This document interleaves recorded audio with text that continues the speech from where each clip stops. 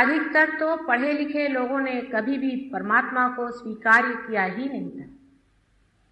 ईसा मसीह को आपको आश्चर्य होगा कि एक जज ने ही सूली पर चढ़ाया था। आज कलियुग की ये महानता देखिए कि एक जज साहब ने उसी परमात्मा को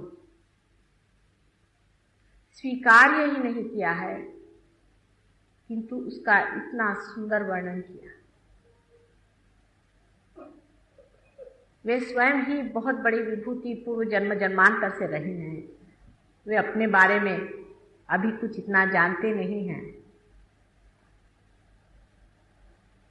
इसी कारण खोज उनमें रही, इसी कारण अनेक लोगों में खोज रही। आप अगर शुरू से अब तक के जितने भी फिलॉसफर्स को पढ़िए, मैंने तो पढ़ा नहीं लेकिन मेरे शिष्य मुझे बताते हैं, अभी एक बहुत विद्वान फ्रांसीसी महोदय लंदन में पधारे थे। वे भी, जिसे मैं कहती हूँ पार होना, वे हो गए। उन्होंने मुझे पत्र में लिखा कि आदि काल से हर एक फिलॉसफर ने एक बात की ओर संकेत किया हुआ था कि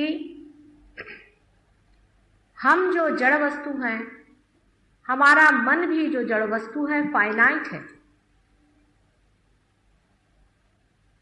वो इस सूक्ष्म में कैसे उतरेगा, वो इनफाइनाइट में कैसे उतरेगा। प्रश्न एक छोटा सा है कि हम सब जड़ वस्तु से बने हुए हैं और सीमित हैं, फाइनाइट। वो परमात्मा अगर इनफाइनाइट है, असीम है, तो उसमें कैसे उतर सकता है और उसे कैसे जान सकता है। अगर हम अपने मन से प्रयत्न करें परमात्मा को जानने के, तो हम पढ़ेंगे, लिखेंगे, किताबें हमारे सामने खुलती जाएंगी, लेकिन हम किस तरह से वहां कूद सकते हैं जो हमारा स्रोत है। सारा प्रश्न यहां आकर रुक जाता है। सारी समस्या यही एक है कि इस जड़ देह से उस चेतन में कैसे उतरा जाएगा, उस चेतन को इस जड़ता से कैसे जाना जाएगा।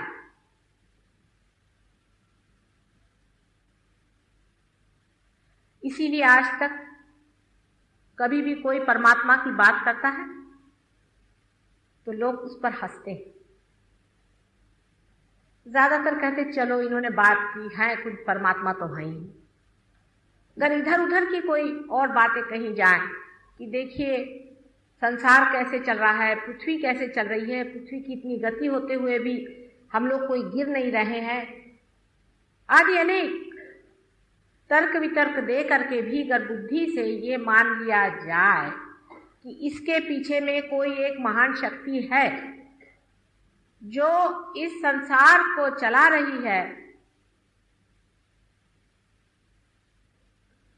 तो भी इस मनुष्य के बुद्धि से उसे कैसे जाना जाएगा, उसे कैसा समझा जाएगा। मंदिर में बैठ के भजन गाया गया, ठीक है, सर के बल खड़े हो गए, गर्दनें तोड़ी गई, योग किए गए, जंगलों में रहा गया, परमात्मा को याद किया गया, किंतु दीवार तो बनी ही रहती थी। इसके लिए कुछ ऐसी बात घटित होनी चाहिए जिससे कि मानव उस इनफाइनाइट में, उस असीम में डूब जाए। साइंटिस्ट हिंदुस्तान के अभी उस किनारे पर नहीं पहुंचे हैं जहां पर वेस्टर्न साइंटिस्ट पहुंचे। ये एक दुर्भाग्य ही है। वे लोग उस किनारे पर पहुंच गए, उस कगार पर पहुंच गए हैं जहां से वे कह रहे हैं, जैसे साइकोलॉजिस्ट हैं,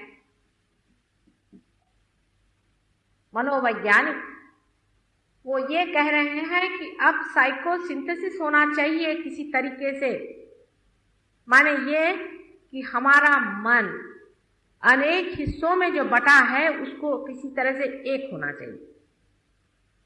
यहां तक कि वो लोग हायर सेल्फ की बात करने लग गए हैं, क्योंकि उनके यहाँ बहुत से ऐसे पेशेंट्स आते हैं, वो कहते हैं कि हमने तो कुछ हायर सेल्फ देखा है, कुछ एक अजीब अनुभूति हमें हुई। वो उनको पेशेंट्स कहते हैं। इस पर जुटे हुए हैं हर जगह लोग पता लगाने के लिए, लेकिन फिर बार बार वो यही कहते हैं कि हम इस जड़ शक्ति से, इस जड़ता से उस इनफाइनाइट में, उस असीम में नहीं उतर सकते। इस कारण उधर हमें प्रयत्न ही नहीं करना चाहिए, क्योंकि जैसे ही हम प्रयत्न करते हैं तब हमारी सुप्तावस्था में रही हुई जितनी भी जड़ शक्तियां हैं वो हमारे अंदर दौड़ने लगती। यानी जैसे कि रशिया में इन लोगों ने बहुत प्रयोग किए, अमेरिका में भी बहुत प्रयोग किए। उन प्रयोगों के कारण उनके अंदर से उन्होंने देखा कि गेहूं बहने लग गया, चावल बहने लग गया। किसी ने ये देखा कि एकदम अधांतरी उठने लग गए, यहां से टेबल उठ करके उधर जाने लगा, लेकिन दिमाग उनका एकदम घबरा गया। रशिया में खासकर लोगों ने इस तरह के प्रयोग किए। उन लोगों की किताबें छपी हुई, कभी आप लोग पढ़ें तो आप भी समझ सकते हैं। वो कहते हैं कि इससे शांति नहीं मिली, हम अजीब तरह के अनुभव आने लगे। ये कौन सी शक्तियां हैं जो हमारे अंदर आ रही हैं? उनको इस बात का पता नहीं कि ये हमारी सबकॉन्शियस की, सुप्त चेतन मन की, जो सामूहिक रूप पे हमारे अंदर स्थित है। जो कुछ मरा हुआ है वो भी हमारे ही अंदर स्थित है। वो मरे हुए लोग हमारी मदद कर रहे हैं, ये वो नहीं जानते। कुछ साइंटिस्ट मेरे पास आए थे, बहुत बड़े देश के लोग हैं, बहुत बड़े साइंटिस्ट हैं। उनमें से कुछ चंद्रमा पर पहुंचे थे। वे आकर मुझसे कहने लगे कि माँ, हम ये जानना चाहते हैं कि हम आकाश में किस तरह से उड़े। उन्होंने प्रयोग किया इसके। आपको आश्चर्य होगा कि हिंदुस्तान का साइंटिस्ट उस हद तक पहुंचा नहीं है जो इस चीज को सोच रहा है। हम अभी साइंस में अच्छा है, थोड़े पीछे ही है। मैंने कहा, बेटे तुम क्यों उड़ना चाहते हो? अरे तुम तो पहले ही चंद्रमा पे पहुंच गए हो, अब तुम चाहते क्या? कल हम चाहते हैं कि हम आकाश में उड़े बगैर किसी की मदद के। मैंने कहा, अगर मैं इसमें कहूं कि इसमें भूत तुम्हारी मदद करते हैं तो क्या तुम करोगे? कहले, हाँ हम तो करेंगे, क्योंकि फलाना देश है वो भी यही कर रहा है। मैंने कहा, अगर वो लोग भूतों के सहारे जा रहे हैं तो तुम क्यों भूतों में फंसना चाहते हो बेटे? तुम अपनी शक्ति पर खड़े। चंद्रमा पर जाना कोई बड़ी भारी जरूरी बात। आज सारा संसार इतना ऊंचा बढ़ गया है, हम लोगों के यहाँ जरूर थोड़े से अभी प्रश्न है, वो भी हल हो जाएंगे। खाने पीने के प्रश्न उन देशों में हल हो चुके हैं, अधिकतर प्रश्न इन देशों में हल हो चुके हैं, लेकिन उस संसार के लोग जितने दुखी हैं उतने आप दुखी हैं। घर घर में आग लगी हुई है। बाप बच्चे को खा रहा है, बच्चा बाप को खा रहा है, माँ का पता नहीं, बहन का पता नहीं, एक रौ रौ कलिजुग वहां खड़ा। इतने दुखदायी उनके अनुभव जीवन के हैं कि वो परमात्मा तो क्या, पर किसी सुख को भी नहीं मानते कि संसार में कोई चीज सुख भी होता। इतनी आंतरिक पीड़ा से वो लोग प्लावित। साइंस उस चीज को नहीं खोज सकता है, कारण साइंस हर एक चीज को अलग अलग विलगीकरण करता है, एनालिसिस। इसको एक जोड़ने वाली शक्ति कुंडलिनी है। जिन लोगों ने कुंडलिनी के बारे में बहुत पढ़ रखा है, आपको आश्चर्य होगा। उन लोगों से मुझे कुंडलिनी समझानी नहीं पड़ती। हमारे देश में पढ़े लिखे लोग कहाँ कुंडलिनी के बारे में जानते हैं। आपकी बात छोड़िए, अब वो ये भी मानते हैं कि कुंडलिनी के जागरण के सिवाय आदमी उस स्थिति में नहीं पहुंच सकता, लेकिन उसके बारे में भी हजारों चर्चाएं संसार में हैं कि वो कुंडलिनी जो जगाता है उसे ये होता है वो होता है। मैंने देखा है वर्णनों में कि लोग कूदने लगते हैं, चीखने लगते हैं, चिल्लाने लगते हैं। कुंडलिनी जो कि आपकी माँ, उसके जागरण से ये सब होना भी एक अजीब सी बात लगती है।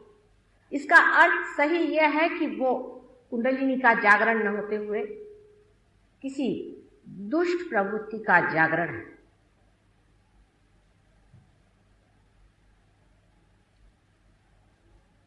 अब रही बात ये कि इस असीम में उतरने के लिए सबने अगर मान लिया है कि कुंडलिनी ही इसका एक अंत है। आप लोगों ने नहीं माना है क्योंकि यहाँ के साइंटिस्ट उसको पढ़ते ही नहीं, मैं क्या करूं। तब फिर यह सोचना पड़ता है कि कुंडलिनी के जागरण के लिए परमात्मा ने क्या व्यवस्था की हुई है। जैसे कि आज का विषय है प्रभु के प्रेम का अनुभव। प्रभु के प्रेम का अनुभव हमारे यहाँ पुस्तकों में अनेक लिखा है, लेकिन कोई विश्वास नहीं करता। जैसे कि प्रहलाद, जिनके सामने नरसिंह अवतार हुआ था, और जिस वक्त उन्होंने पूछा कि तुम्हें क्या चाहिए, तो प्रहलाद ने उनसे सिर्फ एक ही चीज मांगी, तव चरणारविंदे प्रीति, तुम्हारे चरण कमलों में मुझे प्रीति रहे, यही प्रभु मुझे दो। वो प्रहलाद तो आज है नहीं संसार में, और नहीं नरसिंह अवतार होने की कोई बात है। इसलिए सब ऐसा लगता है कि झूठा और थोथा है। ये सब झूठी बातें हैं, इसमें कोई अर्थ नहीं। अवतारादि वगैरह सब झूठी बातें हैं, यूं ही लोगों को भरमाने के लिए कहा गया।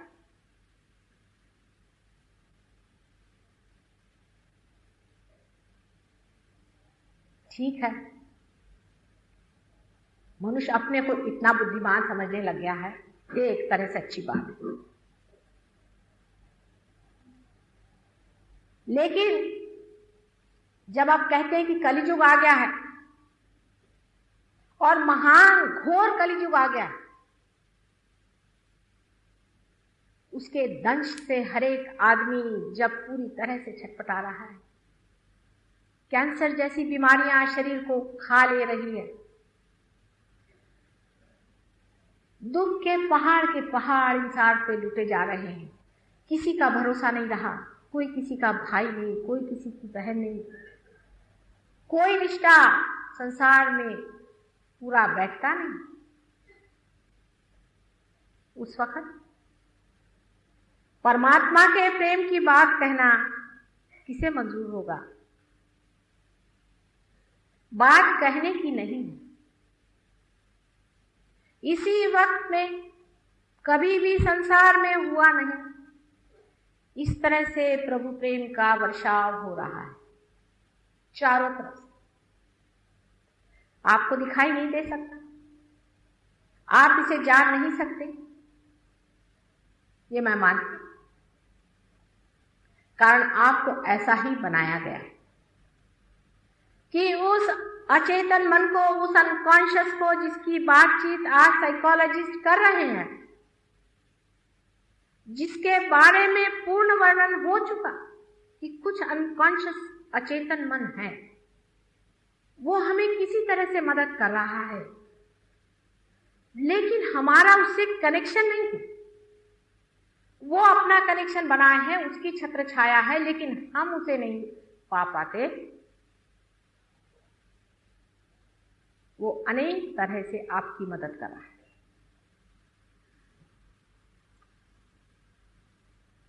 पहली बार आपकी मदद वो इस तरह से कर रहे हैं कि सारे मानव जाति में एक विचार चल रहा है कि समय बचाना चाहिए, समय बचाना चाहिए, समय बचाना चाहिए। समय व्यर्थ हो रहा है, समय व्यर्थ हो रहा है। किंतु यही मनुष्य की मूर्खता भी आ जाती है कि वो जो समय बचा रहा है वो कहाँ व्यर्थ कर रहा है। अगर वो एक क्षण भी इसे सोचे कि समय मैं जो बचा रहा हूं इसे मुझे कहाँ लगाना है,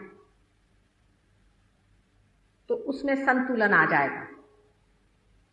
कलियुग के मानव पर जो परमात्मा का बहुत जोरों में वर्षाव हो रहा है, उसको पाने के लिए सिर्फ जरा संतुलन लाने की जरूरत है। आपने अभी बताया कि योग में कुंडलिनी का वर्णन है। पातंजलि योग शास्त्र में जिस तरह से बताया गया है कि आपको 6 तरह की चीजें करनी पड़ेगी, जंगलों में रहना पड़ेगा, गुरुओं का समागम करना पड़ेगा, तब कहीं जा करके ये चीज अंदर बनेगी। अभी गगनगढ़ के एक बहुत बड़े महाराज हैं, मुझसे कहने लगे कि माता जी 21,000 वर्ष की तपस्या के बाद मेरे हाथ में वाइब्रेशन फूटे थे और आप इन लोग को यूं ही देते चली जा रहे हैं।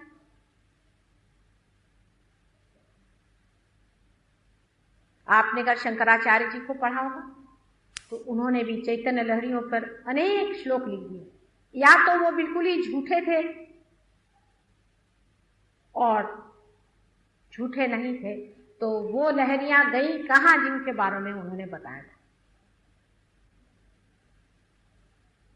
परमात्मा जो अचेतन रूप से सारे संसार में है, वास्तविक उससे चेतन और कोई चीज है ही नहीं, किंतु हम अचेतन, हम उसे नहीं जान पाए, उसे हम महसूस नहीं कर पाए, उसे हम फील नहीं कर पाते हैं। यह दूसरी बात है। हमें उसे पाना है।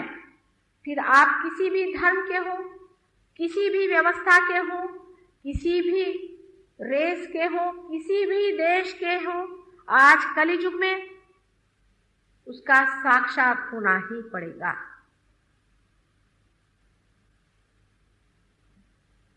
– 1979 से कलियुग खत्म होना चाहिए, शुरुआत हो गई।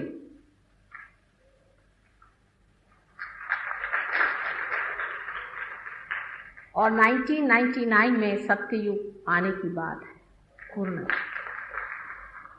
पर बात ही बात नहीं रहनी चाहिए। ये बात ही बात रह सकती है अगर आप लोग सत्य को स्वीकार्य न करें। असत्य के लिए तो 1000 चीजों से भी आप उसको स्वीकार कर लेंगे। कोई भी असत्य हो उसे मनुष्य इतने जोर से पकड़ लेता है जिसकी कोई हद नहीं, लेकिन सत्य पे टिकता नहीं। टिकेगा? इतनी ताड़ना और पीड़ा मानव ने क्यों उठाई? एक मां के हृदय को ये चीजें विदीर्ण कर देती है, लेकिन क्या करे मानव, उसके बगैर मानने वाला नहीं, उसके बारे में सोचने वाला नहीं है। मानव बड़ा हठी है, बड़ा घमंडी है, बड़ा अहंकारी है और समर्पित भी हमेशा असत्य ही को रहता है। कुछ चमत्कार देखे उसी ओर दौड़ पड़ा, किसी ने 2 पैसे दे दिए उसी ओर दौड़ पड़ा। जितनी भी असत्य की बातें हैं जिससे कि मन में घृणा किसी के प्रति हो, जैसे मैं आपसे कहूं आप हिंदुस्तानी हैं, आप दुनिया भर के लोगों को नफरत करें तो अभी सब हिंदुस्तानी एक हो जाएंगे। मैं कहूं आप एक योग भूमि के वासी हैं, सारे संसार को आप प्रेम करें, तो मुझे लोग लेक्चर देते हैं माता जी आप तो सबको प्रेम सिखा रही, वो हमें प्रेम करते हैं या नहीं। ऐसा मनुष्य असत्य को पकड़ा हुआ है कि सत्य ढर रहा है, बाहर चला जा रहा है, लेकिन उसे स्वीकार नहीं करता। इतना हठी है कि असत्य की कांस पकड़ के बैठा है, उसे छोड़ता ही नहीं, उसी को वो माना हुआ है यही सब कुछ है। मानव को स्वतंत्रता दी गई, विशेष रूप से अचेतन ने दी, अनकॉन्शियस ने दी है, परमात्मा के प्रेम ने दी है, जिसे हम प्रणव कहते हैं, जो परमात्मा का प्रकाश, उसी ने जानबूझ करके आपको स्वतंत्रता दी। आपने अगर मेरे पहले लेक्चर कभी सुने हो तो आप जानते हैं कि किस तरह से हमारे मस्तिष्क में कार्य करके हमको अलग कर दिया गया उस चेतन शक्ति से जो चारों तरफ, उस इनफाइनाइट से दूर करके हमको फाइनाइट कर दिया, उस असीम से हमें हटा करके और हमें सीमा में बांध दिया। हम अलग हो गए, आप अलग हो गए, आप अलग। क्यों किया ऐसा? इसलिए क्योंकि आप एक परमात्मा के हाथ में यंत्र स्वरूप बनना चाहते हैं। उस यंत्र को व्यवस्थित संतुलित बनाने की जिम्मेदारी आप पर छोड़ दी। मनुष्य कितनी बड़ी चीज, सारे संसार में, सारे विश्व में आज तक हुए जितने भी सृजन हुए हैं, पृथ्वी तल पे जो मानव आज खड़ा है, वो भी कलियुग में घर गृहस्थी में सामान्य तरह से रहने वाला मानव सबसे ऊंचा है।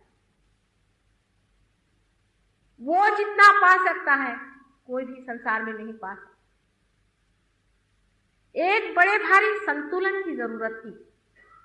अपने मस्तिष्क में प्रति अहंकार और अहंकार नाम की दो थैलियां, दो पर्दे हैं, इसे ईगो और सुपर ईगो कहते हैं। वो जानबूझकर बनाए गए। एक तरफ से एक चीज बढ़ती है, दूसरे तरफ से दूसरी चीज बढ़ती है, जो बीचों बीच आ जाए, जो संतुलन में आ जाए, जो टेम्परेंस में आ जाए, अति में न जाए, वो पार हो सकता है। उसी के अंदर कुंडलिनी उठ करके बीचों बीच से निकल के उससे प्लावित कर देती है। उसी के अंदर उसका चित्त, अटेंशन कुंडलिनी पर बैठा हुआ उस अचेतन में, अनकॉन्शियस में आपको छोड़ देता है।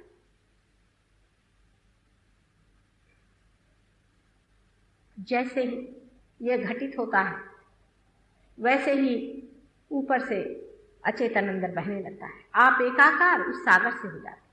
मानो जैसे एक बूंद है, सागर में पड़ गया तो सागर हो गया।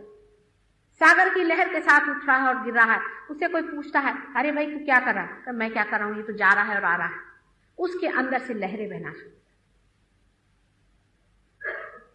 उसका अंतर एकदम शांत हो जाता है। ऊपर से धीरे धीरे धाराएं शांति की बहने लगती। ये सत्य, ये मनगढ़ंत बात नहीं है, ये सत्य है, महान सत्य है। इसे आप पाइए और पाने के बाद उसे स्थिरता लानी पड़ती है। किसी किसी में नहीं, जैसे आप बैठे हैं, आपके लिए जरूरत नहीं, आप जो एकदम पा गए तो वहां पहुंच गए। पर कुछ लोगों में थोड़ी सी स्थिरता लानी पड़ती, कोई हर्ज नहीं। साधन तो मिल ही गया, पहचान हो गई, आप वहां पहुंच गए और स्थिरता भी लाने के लिए पूर्ण व्यवस्था है। उसकी स्थिरता आते ही साथ परम शांति में और परम आनंद में आप उस साक्षी स्वरूप को प्राप्त करते हैं जिसका वर्णन श्री कृष्ण ने कहा था, जिसके बारे में ईसा मसीह ने बताया था, जिसके बारे में सारे शास्त्रों में बताया गया है, चाहे वो किसी भी जरदुश्त का हो, चाहे वो सोक्रेटिस ने लिखा हो, कन्फ्यूशस ने बताया हो, या दत्तात्रेय जी के जितने भी अवतार हो चुके उन लोगों ने जिसके बारे में कहा है, वो हो जाता है। आज तक ये लोग जो ऊंचे किस्म थे, जो ऊंची दशा में पैदा होते थे, वो अपनी बात करते थे और दूसरों को समझ में ही नहीं आता था ये क्या बात करें। उनको 10वें मंजिल की बात दिखाई देती थी, लोग ये पहले ही मंजिल पे रहते थे, उनको समझ ही नहीं आता था कि ये बात ही क्या हो रही है। सहज योग हमेशा से ही रहा। आज जो आप जानवर से मनुष्य बने हैं वो भी सहयोग से ही हुए हैं, लेकिन आज कलियुग में जो सहयोग है उसमें आप इस सीमित शरीर से असीम में एकाकार हो जाते हैं। ये आपने मुझे आज जो यहां पर बुला करके और मेरा आदर किया,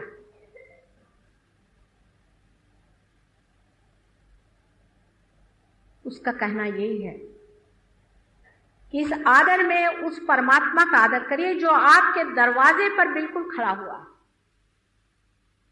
एक क्षण में ये बात घटित होती है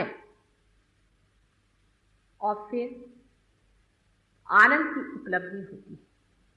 लेकिन बहुत से लोगों को ऐसी गलतफहमी है, ऐसा मिसअंडरस्टैंडिंग कि इस तरह की चीजें करने से आप संसार से उठ जाएंगे। ये प्रैक्टिकल बात नहीं होगी। लोग बहुत प्रैक्टिकल की बात करते हैं। माता जी हमसे कहेंगी कि आप सच बोलते रहो हमेशा, और हमारा धंधा कैसे चलेगा। या इस तरह की भी बात बहुत से लोग कहते हैं कि माता जी मैं नौकर पेशा आदमी हूं, मेरी नौकरी कैसे चले। ये प्रश्न तब खड़े होते हैं जब तक आप पार नहीं हुए। पार होते ही आप प्रभु के साम्राज्य में जब चले जाते हैं तो आपकी नजर में आता है कि अरे वो तो कर ही रहा है सब कुछ।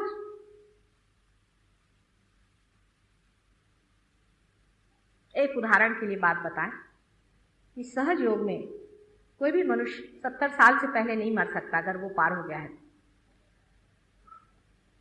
ऐसे लोग जिनके बारे में कहा गया था कि इनकी आयु इतने साल में खत्म हो जाती है, 20 साल में मर जाएंगे, ऐसे भी लोग मेरे पास आए और सहज योग के बाद वो अभी तक काफी अच्छे से चल रहे हैं। अभी अभी का हाल में एक किस्सा था कि गलती से किसी को ऐसी खबर आई कि हमारे एक सहयोगी जिनकी उम्र होगी 40-45 साल की, उनकी मृत्यु होगी। और उन्होंने मुझे चिट्ठी लिखी। मैंने कहा असंभव, हो ही नहीं सकता। फिर मैंने वाइब्रेशन से जाना कि वो तो जीवित है। उसके बाद मैंने चिट्ठी लिख के यहाँ भेजी और वहां मेरे लंदन के जो डिसाइपल्स थे उनसे भी बताया कि बताओ क्या है। कहले नहीं माँ वो तो जीवित है, क्योंकि जब कोई मर जाता है तो हाथ में एक अलग तरह के वाइब्रेशंस आते हैं। तो मैंने जब चिट्ठी यहाँ पहुंची, इन लोगों ने पता लगाया और फौरन मेरे पास तार भेजा कि ही इज हेलन हार्ट। असंभव है। इससे बढ़ के और आपको कौन सा मैं एक्सपीरियंस बताऊं।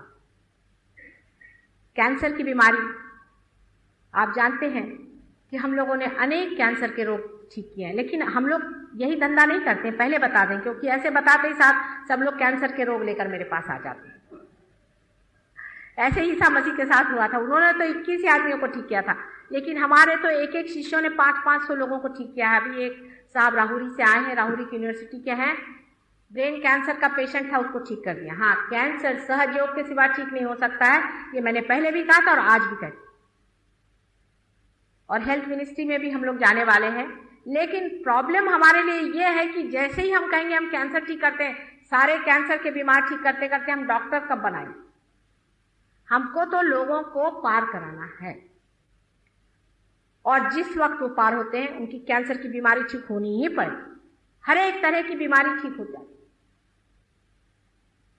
आप कम से कम 20 साल की आपकी उम्र छोटी लगेगी, क्योंकि ये सारी जो आप सर पे खोपड़ी पर लादे जिम्मेदारी घूम रहे हैं और सोच रहे हैं कि मुझे ये करना है वो करना है, वो सब खत्म हो जाता है और सब होते ही रहता है।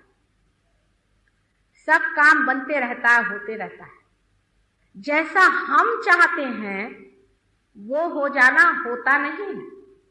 जो वो चाहता है वो होता है, और वो जो चाहता है वो अत्युत्तम है हमारे लिए। एक उदाहरण के लिए मैं अपने ही जीवन का एक आपको उदाहरण दूं।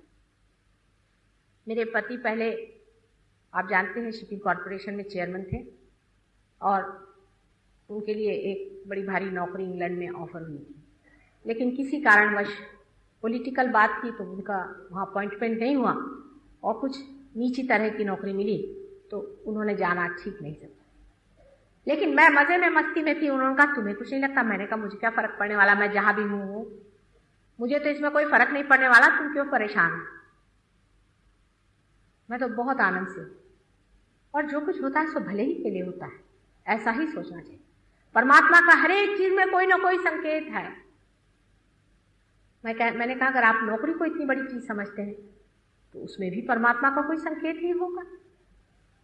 उसके अगले ही साल बड़ा भारी चुनाव हुआ और 176 देशों ने उनको चुन करके इतने ऊंचे पद पर बिठाया कि जिस आदमी की जगह वो जाना चाहते उसके भी खोपड़ी पे जाकर बैठे। तब उनको बड़ा आश्चर्य हुआ और मैंने कहा नहीं भी बिठाते तो भी मैं सोचती ठीक ही है। तो हिंदुस्तान छोड़ करके जब बाहर देश में जाना हुआ तो लोगों ने कहा कि माता जी आपका तो कार्य क्षेत्र आप कहते हैं कि हिंदुस्तान है और ये योग भूमि।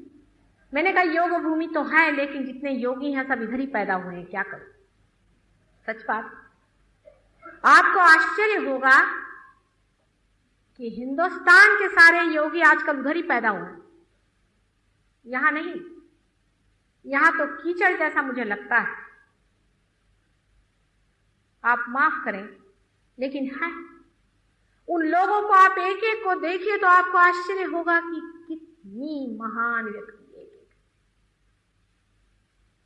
उनके लिए परमात्मा कितनी बड़ी चीज है, उनके खोज में कितनी सच्चाई है, कितनी गहराई है।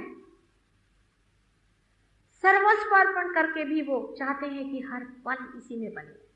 अभी एक साहब यहाँ आए थे, वो भी यूनाइटेड नेशंस में बड़े भारी ऑफिसर हैं, हमारे लोगों से मिले। ये लोग दंग हो गए, कहने लगे भाई मुझे सिखाओ, गणपति की पूजा सिखाओ। लोगों ने पूछा तुम गणपति की पूजा करोगे, तुम तो ईसाई हो। नहीं, मैं ईसाई नहीं हूं, मैं किसी धर्म का नहीं हूं, मैं सहज योगी हूं। गणपति के बगैर कुछ नहीं हो सकता। पूजा क्या है? पूजा भी उसी असीम में उतरने की बात। नमाज क्या है? उसी असीम में उतरने का मंत्र है। प्रेयर क्या है? उसी असीम में उतरने की एक व्याख्या है। लेकिन बगैर परमिशन के, बगैर कनेक्शन के कोई भी इसका अर्थ नहीं लगता। आप करते रहें जितनी पूजा करें, किसी काम का नहीं है। आज ही एक स्त्री हमारे पास आई थी, मुझसे कहने लगे कि माता जी मुझे हृदय की बहुत तकलीफ है। मैंने कहा तुम कौन सा मंत्र कहती हो? कल मैं कहती हूँ ओम नमः शिवाय। देखिए आप कि शिव का नाम, शिव तो हृदय में बैठे, उनका हृदय में ही स्थान है। जिसने शिव को पा लिया उसका हृदय इधर से उधर होना असंभव। और वो ओम नमः शिवाय का जप कर रही है और हृदय उनका खराब, ये कैसे? मैंने एक ही बार उनको याद करते ही उसका हृदय एकदम स्थिर हो गया। शिव जी जाग गए वहां पर। क्या अंतर है उनमें, मुझ में एक ही अंतर, मेरा शिव जी से कनेक्शन है। मैंने उनसे परमिशन ली हुई है। जैसे किसी के घर पे आपको जाना है तो आपको उससे परमिशन लेके जाना पड़ती है। अब आज जस्टिस वैद्य के यहाँ आपको अगर जाना है, आप जाके दरवाजे पे ठोका मारेंगे तो वो आपको पुलिस में बंद करवा देंगे। लेकिन आप कायदे से उनके पास पहुंचे तो वो भी आपकी आवभगत करेंगे, कहेंगे बैठिए, आइए विराजी। कनेक्शन के बगैर जितनी भी पूजा अर्चा आदि होती है, और वो भी अतिशय में जब जाती है, संतुलन से परे, उसका नुकसान होता। आपने हठ योग पे भी कहा, हठ योगियों के प्रति मेरा यही आज तक अनुभव रहा है। आश्चर्य की बात, अमेरिका में भी बहुत हठ योगी कि जितने भी हठ योगी हैं सबको हार्ट की ट्रबल, बड़ा आश्चर्य होता है। हठ योगी तो विशेषकर शिव के बहुत बड़े पुजारी होते हैं। उसका कारण यह है कि हठ योग संसार में रहने वाले लोगों के लिए नहीं, जंगलों में रहने वाले हैं परशुराम के लिए। संतुलन से थोड़ा बहुत करना दूसरी बात, लेकिन हठ योग आप लोगों के लिए नहीं। अगर आप उसको अतिशय करेंगे तो हृदय का आपका प्रॉब्लम होने ही वाला। अभी आप देख रहे हैं कि संसार में एक हरे रामा हरे कृष्णा लोग आते हैं। लंदन में कितने ही उनके शिष्य मेरे पास आते हैं, उनको यहाँ पर कैंसर की बीमारी, सच बात मैं आपसे बता रही हूँ, मैं आपकी माँ हूँ, जो गलत बात है उसके लिए मुझे बताना ही हो। उनको यहाँ पर कैंसर की बीमारी, आपको आश्चर्य होगा कि इस कंठ में श्री कृष्ण का ही वास है, वही विराजते हैं यहाँ पर। जब कभी किसी को कंठ में या सर्वाइकल प्लेक्सस में कोई भी शिकायत होती है तो श्री कृष्ण का, राधा कृष्ण का नाम लेना पड़ता है, कुंडलिनी शास्त्र। और इनके यहाँ पर देखिए कि इनकी जो कुंडलिनी अवरुद्ध तो है ही, लेकिन यहाँ पर श्री कृष्ण ही नाराज बैठे हुए हैं, वहां से लुप्त हो गए। क्या वजह है? हम लोग सोच रहे हैं क्या हमारी संस्कृति फैला रहे हैं, हालांकि उसमें संस्कृति कुछ नहीं फैलाते वो लोग। मैंने देखा उनकी चोटियां नीचे गिर जाती, धोतियां नीचे गिर जाती, इतना भद्दापन सारा है। लेकिन जाने दीजिए उस बात को, परमात्मा के नाम पे जो कूद काद रहे हैं और चिल्ला रहे हैं, उनके शुद्धि चक्र पे जहां पर श्री कृष्ण का वास है, उस जगह कैंसर की बीमारी कैसे हो गई, उसका भी यही कारण। और नहीं तो उनको एक बार भी याद करना बहुत कुछ होता है। उनको इतने बार याद करने की जरूरत ही क्या है? जिसको जाना है उनको सिर्फ एक बार कृष्ण करके कहे, सुदर्शन चक्र लेकर, शंख चक्र गदा पद गरुड़ ललित धार। उनके लिए इतना आतप करने की जरूरत क्या है? इतनी आफत मचाने की जरूरत क्या है? इतना सोंग करने की और इतना एग्जीबिशन करने की क्या जरूरत है, जो कि साक्षात आपके अंदर हर समय विराजमान। किंतु आप अपनी हट करते हैं। आप वास्तविक कर परमात्मा को मानते हैं तो शरणागति में रहें, मौन में रहें, उसे जाने अंदर में घटित होना है ही। आखिर आप ही सोचिए, जिस परमात्मा ने ये विश्व बनाया है, जिसने सारी सृष्टि रची है, वो क्या इस सारी सृष्टि को विनाश कर देगा? इसका क्या संहार कर देगा? परमेश्वर का प्रेम कलियुग में तो विशेष रूप से कार्यान्वित। अभी बीमारी की बातें तो आप जानते हैं कि हमारे यहाँ शिष्यों ने ही बहुतों को ठीक किया। बहुत से मानसिक रोग भी लोगों के ठीक हो, ये कोई विशेष चीज नहीं, ये तो होना ही है। जो मंदिर परमात्मा का है उसको सफाई करने के लिए भैरव से लेकर के हनुमान जी वगैरह सब लगे ही रहते हैं। वे हैं या नहीं, ये इस साम्राज्य में आकर के देखें। आप अगर बाहरी रह करके पूछे कि हमें ला कर दिखाएं, तो हम आपको कैसे दिखा सकते हैं? अगर कोई अंधा चाहे कि रंगों को जाने तो उसको कैसे बता सकते हैं हम? अगर कोई चीटी चाहे कि उनको हमारे पॉलिटिकल इंस्टीट्यूशन समझाएं, हमारे राजकारण समझाएं, तो उनको हम कैसे समझाएं? आप परमात्मा के राज्य में आए, उसके अंदर प्रवेश करें और फिर बिल्कुल फ्री है कुछ करने का। ये तो मानव सोचता है कि वो परमात्मा को खरीद सकता है।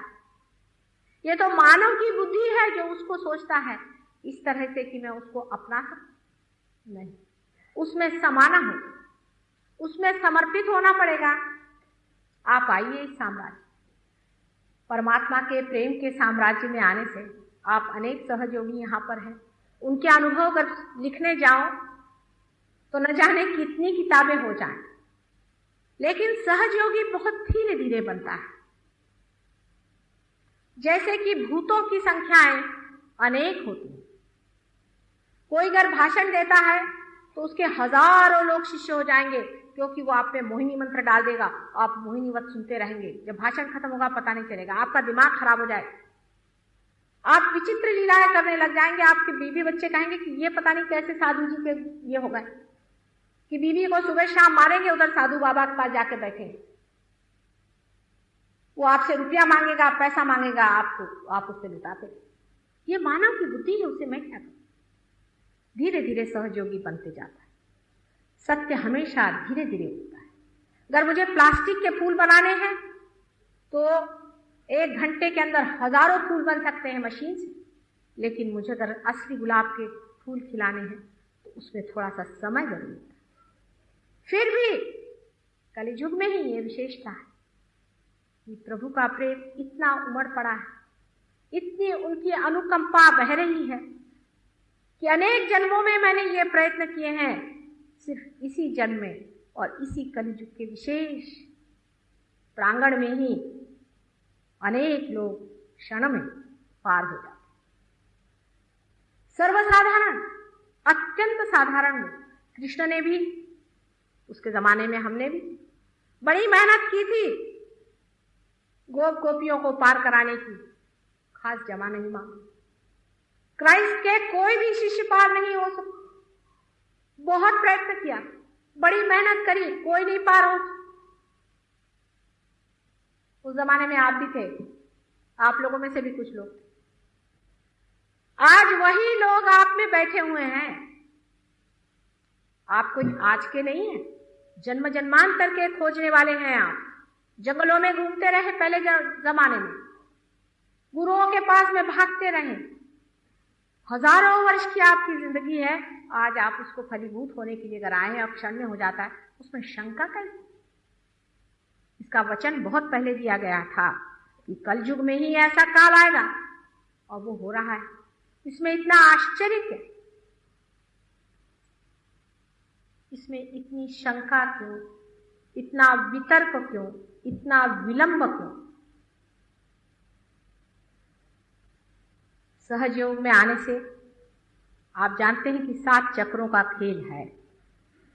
विशेषकर आप लोगों को हिंदुस्तान में लक्ष्मी जी की बड़ी परवाह लगी रहती है, और देशों में नहीं। और देशों में तो लोग भिखारियों के देश में घूमते हैं, वो तो तंग आ गए लक्ष्मी जी की कृपा से कि भर पाए, अब नहीं चाहिए लक्ष्मी जी।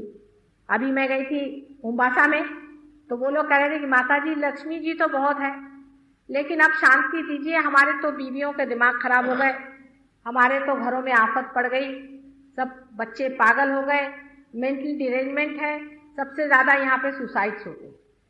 अमेरिका में भी यही हाल। जहां जाइए, जहां जहां पैसा बहुत है, वहां वहां ज्यादा पागल है। लेकिन सहज योग में लक्ष्मी जी की भी कृपा बरसती है, उसका भी संतुलन आता है, उसका भी संतुलन आता है। आप उस साम्राज्य में जाते हैं, उस विशेष आशीर्वाद में उतरते हैं जो सारा ही कार्य ऐसा बनाते जाता है कि आपका सारा ही मार्ग सुलभ और सहज हो जाए। हमारे यहां ऐसे बहुत से लोग हैं जो इसकी शहादत देंगे, विटनेस देंगे, साक्षी देंगे। अब माँ है ना, हर चीज के प्रलोभन बच्चे को देती है कि बेटे ऐसे ही खा ले, ये नहीं तो मैं तुझे वो दूंगी, तू ये खा ले, तुझे मैं 2 पैसे दूंगी, तू खा ले भाई। फिर उस पर भी नहीं माना तो कहेंगे अच्छा मैं तुझे एक महल बना दूंगी, तू खा ले। ऐसा ही मेरा हाल, सब तरह से मनाते रहती हूँ और सब देती भी हूँ, प्रेम भी बहुत देती हूँ। मांगती सिर्फ एक कि बेटे अपने को जानो, जो अपने अंदर शक्ति है उसमें उतरे रहो, उसको मांगो, जो असलियत है उसे मांगो, ये नकलियत पे न रहो। आनंद, कितना भी आपके पास ऐश्वर्य हो, कितनी भी संपदा, कितना भी आपके पास पावर हो, आप कितने भी उच्च पद पे हो, महारानी हो, महाराजा हो, आनंद नहीं आ सकता है, नहीं आ सकता है जब तक आप आनंद के साम्राज्य में न खड़े हो। और जब आनंद के साम्राज्य में खड़े हैं तब आप हर हालत में ही बादशाह, महारानियां, आपको कोई खरीद नहीं सकता, आपको कोई जीत नहीं सकता, आप जीते हुए बादशाह। ऐसे बड़े बड़े बादशाह अपने यहां हो गए, एक से एक बादशाह हो गए अपने देश में। आपके यहीं पर इस महाराष्ट्र में एक बहुत बड़ी विभूति हो गई है, जो कि शिरडी के एक छोटे से गांव में रहती, बादशाह थी वो, बादशाहत। लोग जान ही नहीं पाए कि बादशाहत कैसी रही, क्या मजे में रहते थे वो।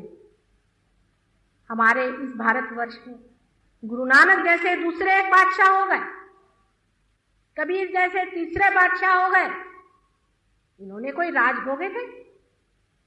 आज सारा संसार उनके चरणों में झुका रहता है। उन सबको समझाने की, उनके पूर्ण कार्य करने की और उनकी जो कुछ बातचीत है, जो कुछ उन्होंने कहा है, उसको सिद्ध करने के लिए ही मैं आपके सामने आज उपस्थित हुई। कोई भी उनकी बात झूठ नहीं थी। जो ईसा कह गए, जो कृष्ण कह गए, जो गीता में है, जो वेदों में है, जो बाइबल में है, जो कुरान में है, सारी बातें मैं आपके सामने सिद्ध करके दिखाना चाहती हूँ। दिखने को तो मैं बहुत साधारण सी एक स्त्री, ठीक, मेरे ही अंदर से वो शक्ति आपको सिद्ध करके दिखा सकती कि जो अचेतन है, जो अनकॉन्शियस है, वो किस तरह से काम करता है। जब आप पार हो जाते हैं, हर एक उंगली पर, हर एक जगह पर आपके चक्र हैं, वो बताता है देखो यहां पर इनको प्रॉब्लम है, यहां पर इनको शिकायत है, उंगलियों पर। माने वो शब्दों में नहीं बताता है, आपको जला के बताता है, ठंडा करके बताता है। जैसे आपके अंदर ठंडी ठंडी लहरें भरने लगी, वो आशीर्वाद रूप से चला आ रहा है, ठंडा ठंडा हिमालय से, जैसी कि कोई धाराएं चली आ रही।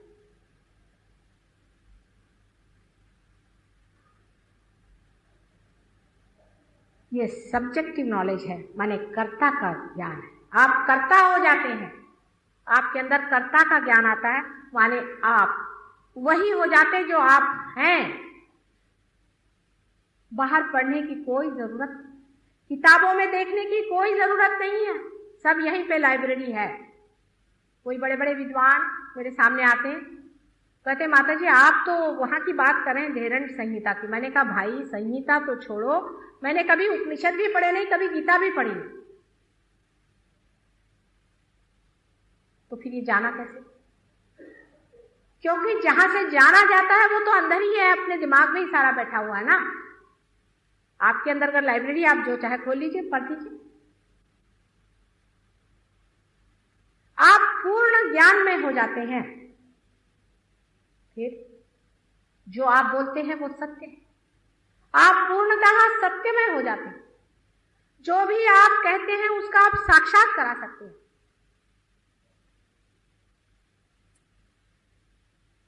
आपके हाथ से कुंडलिनी यूं उठेगी। मेरे तो छोड़ दीजिए बात, यहां पर ऐसे अनेक लोग यहां पर हाजिर हैं जो आपके ही जैसे दिख रहे हैं, उनके सिर्फ इशारे पे कुंडलिनियां उठती, हजारों उठती। विश्वास अंधा मत करिए, इसको आप जानिए। लंदन में मुझे बड़ा आश्चर्य हुआ कि एक साहब ने मेरे फोटो पर 6 आदमियों को पार कर दिया। वो सिर्फ मेरे फोटो की तरफ हाथ करके बैठे थे और 6 के 6 पार हो गए और कहां के कहां पहुंच गए। मैं बड़ी आश्चर्यचकित हुई जब देखा, तो मैंने कहा हा हा हा, कहां से अनादि काल के महापुरुष उतरे हैं संसार, इनके पांव छू लूं कि इन्हें हृदय से लगा लूं कि कहां रखूं इन्हें मैं। सिर्फ फोटो देखते ही तुम तो पार होने वाले थे, वैसे पार ही हो, तुम्हारा क्या कर।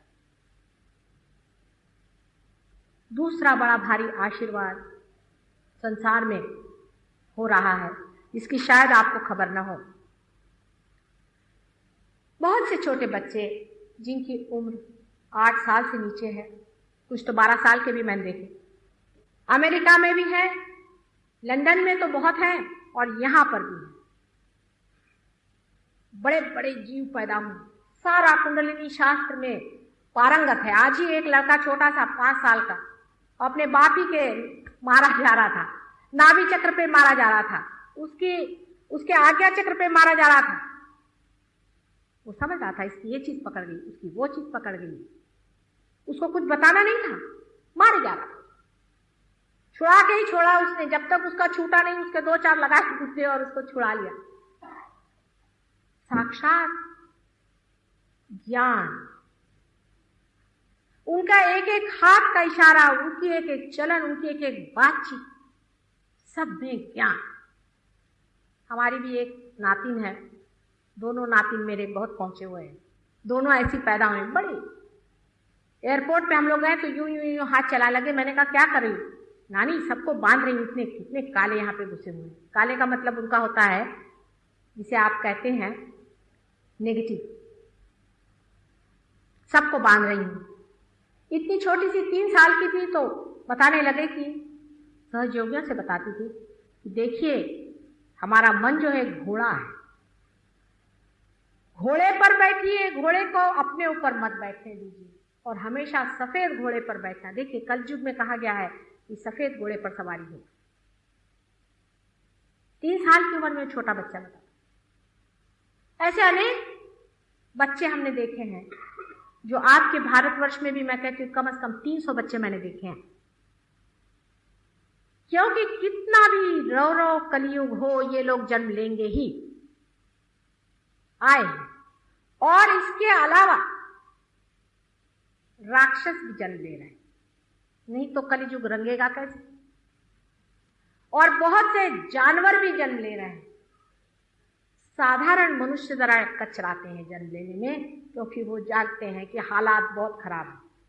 इतने जानवर जन्म ले रहे हैं कि इसी से पॉपुलेशन भी बहुत बढ़ रहा है। जिस दिन सतयुग आ जाएगा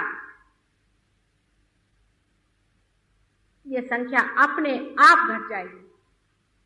साधारण मनुष्य जन्म लेगा, क्योंकि जो इसे देखता है कि यह रौरव स्थिति है वो क्यों शरीर धारणा करे बाबा। इस आफत में क्यों जाए जहां बाप बाप नहीं रहा, बहन बहन नहीं रही। ऐसी आफत में कौन अपने को फंसाना चाहेगा।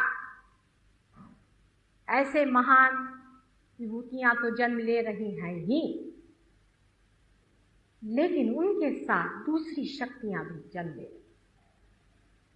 आपके भारतवर्ष में 16 राक्षसों ने जन्म लिया, एक हो तो उससे पार करे। अब संहार की भी बात नहीं हो सकती, क्योंकि उनका संहार करें, एक सांप उनमें से मर गए तो वो भूत बन के और छा रहे। इतनी दुष्ट प्रवृत्तियां संसार में कहां से आई हैं, उसका सोर्स क्या है, उसका स्रोत क्या है, इसको आप लोग कैसे समझेंगे। उसका निदान आप लोग कैसे देंगे। साइंटिस्ट लोग बताएं कि यह कैसे हो रहा है। साइंस से बता सकते हैं। साइंटिस्ट का तो यह हाल है कि अमेरिका में बहुत से लोगों ने गांजा और ये पीना शुरू कर दिया, तो 5 साइंटिस्ट लोगों की कमेटी बनाई गई, इसका पता लगाए कि गांजा वांजा पीने से क्या होता है। वो पता लगाने को गए तो उन पे ये भूत बैठ गए। यही लोग गांजा पीने लग गए, इन्होंने सब रिजाइन कर दिया, अपनी जॉब वगैरह रिजाइन कर दी और सब लोग गांजा पीने लगे। अगर इतने बड़े साइंटिस्ट थे तो फिर गांजा क्यों पीने लग गए। शराब क्यों पीते हैं इतना ज्यादा। मोहम्मद साहब बता गए शराब नहीं पीना है, नानक साहब बता गए शराब नहीं पीना है, करके दिखाएं। और साइंस से ये लोग करके दिखा लें तो हम साइंस को मानने से तैयार।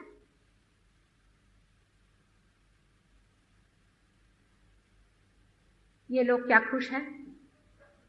आप लोग तो थोड़े बहुत खुश हैं, लेकिन उन लोगों ने जिन्होंने साइंस में इतनी प्रगति की है वो बहुत बड़े दुख में फंसे। यूनाइटेड नेशंस के सामने एक बड़ा भारी प्रश्न है, आपको पता है कि जो डेवलपिंग कंट्रीज हैं, जो कंट्रीज बढ़ रही हैं, उनको इस जंजाल में फंसाएं कि नहीं जिसमें हम लोग फंसे हैं। नेपाल के बारे में विशेषकर लोगों ने ये रिपोर्ट दी कि यहाँ लोग गरीब जरूर हैं लेकिन बहुत खुशहाल हैं, बहुत आनंद में हैं। आप क्यों इनका सत्यानाश करना चाहते हैं।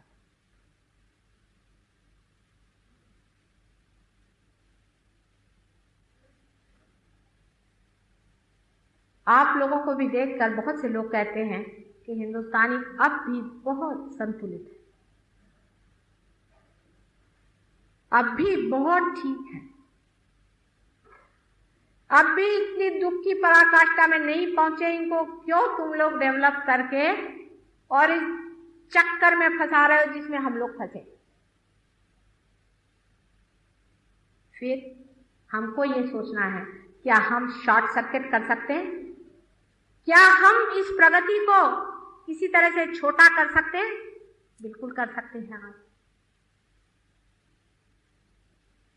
क्योंकि आप ही का अधिकार है कि आप उस असीम को पालें जो कि सभी कार्य कर रहा है, जो सभी साइंस है, जो सब कुछ है, उसी को आप पालें, उसी के बराबर केंद्र बिंदु पर आप पहुंचे।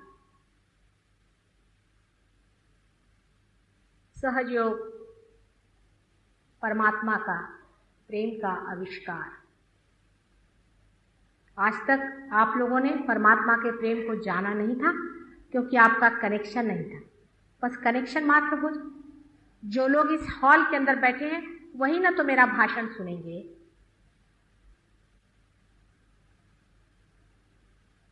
उसी प्रकार जो परमात्मा के साम्राज्य में आ जाएंगे वही उसका सर्वव्यापी स्वरूप, हर एक कण कण में बैठी हुई बात जिसे कहते हैं, उसका सारा सिद्धांत नहीं दिखाई, कोई शंका रह ही नहीं जाएगी। क्या कमाल है उसका, क्या चमत्कार है। नहीं तो वैसे ही लंदन में चर्चेस बिक रहे हैं, बेचिए चर्चेस, क्या करें, जैसे खरीदे थे वैसे बेच रहे हैं। आश्रम बिक रहे हैं हिंदुस्तान में।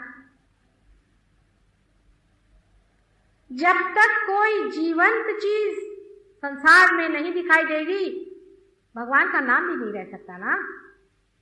लेकिन परमात्मा तो जीवंत, सिर्फ आप उसे पाले, क्योंकि आप लोग स्टेज पर हैं।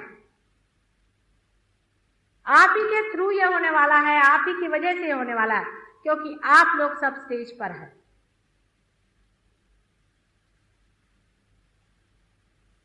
आप ही की कार्यकुशलता है, आप ही को संसार में दिखाना है। अगर संसार डूब गया, विध्वंस हो गया, तो उसकी जिम्मेदारी आप लोगों पर है और किसी पे न हो। सुनने में बहुत फैंटास्टिक लगता है। आजकल के युग के आदमी को विश्वास नहीं होता कि ऐसे हो सकता है। ये तो विश्वास की बात नहीं, माता जी तो कुछ ऐसी बात कहती हैं। लेकिन यही सोचिए कि अनमोल हीरा आपको मिलने वाला है क्षण में।